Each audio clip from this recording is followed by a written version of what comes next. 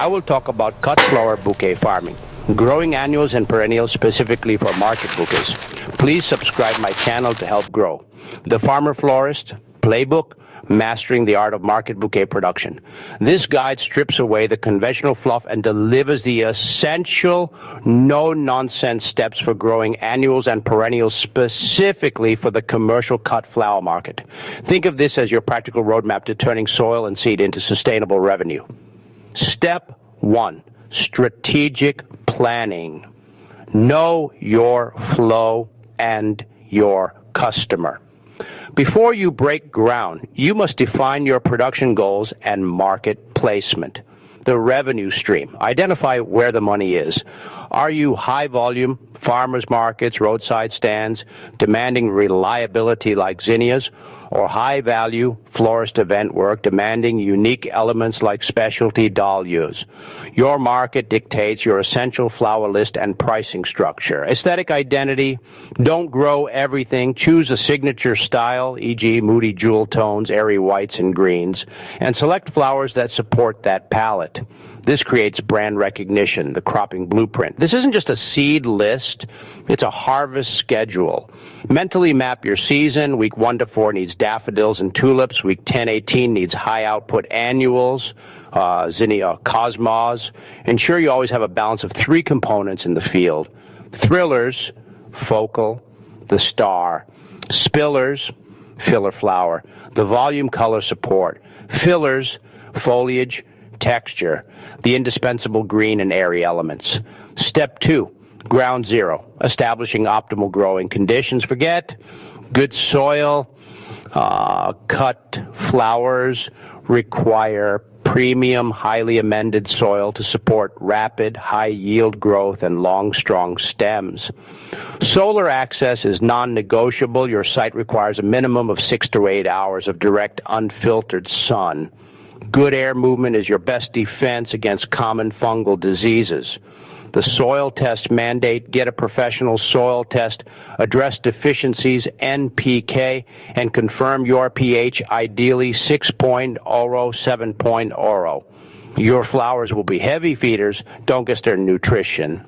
Bed construction. Build permanent raised growing beds, 30-48 inches wide. These stop soil compaction from foot traffic, improve drainage, critical for tender roots, and are easier to manage with netting and irrigation.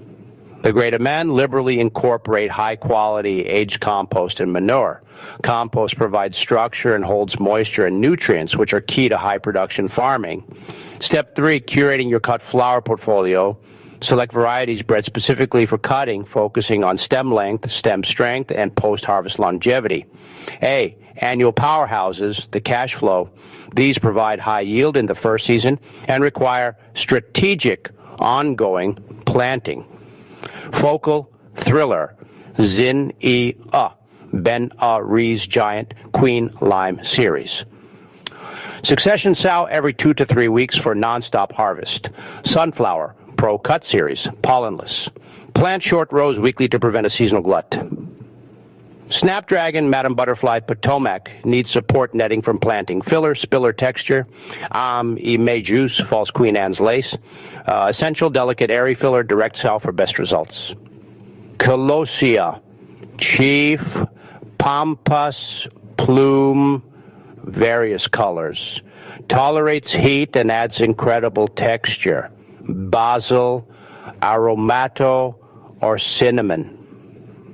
Fragrant, functional foliage and spike filler.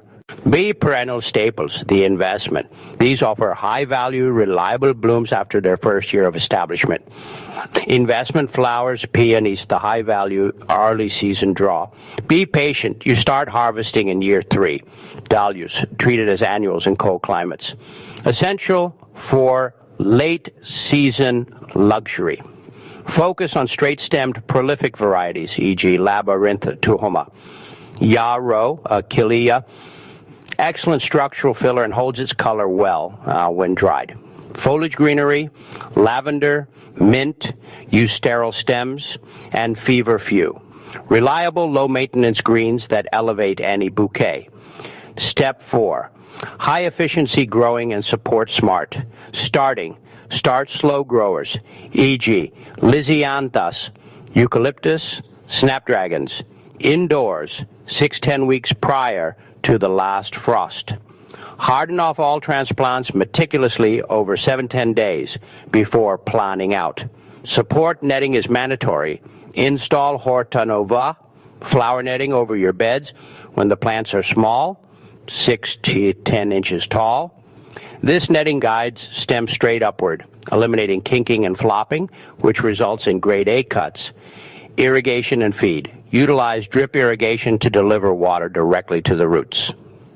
This conserves water, minimizes weed growth, and crucially keeps foliage dry, which is your primary defense against mildew and rust.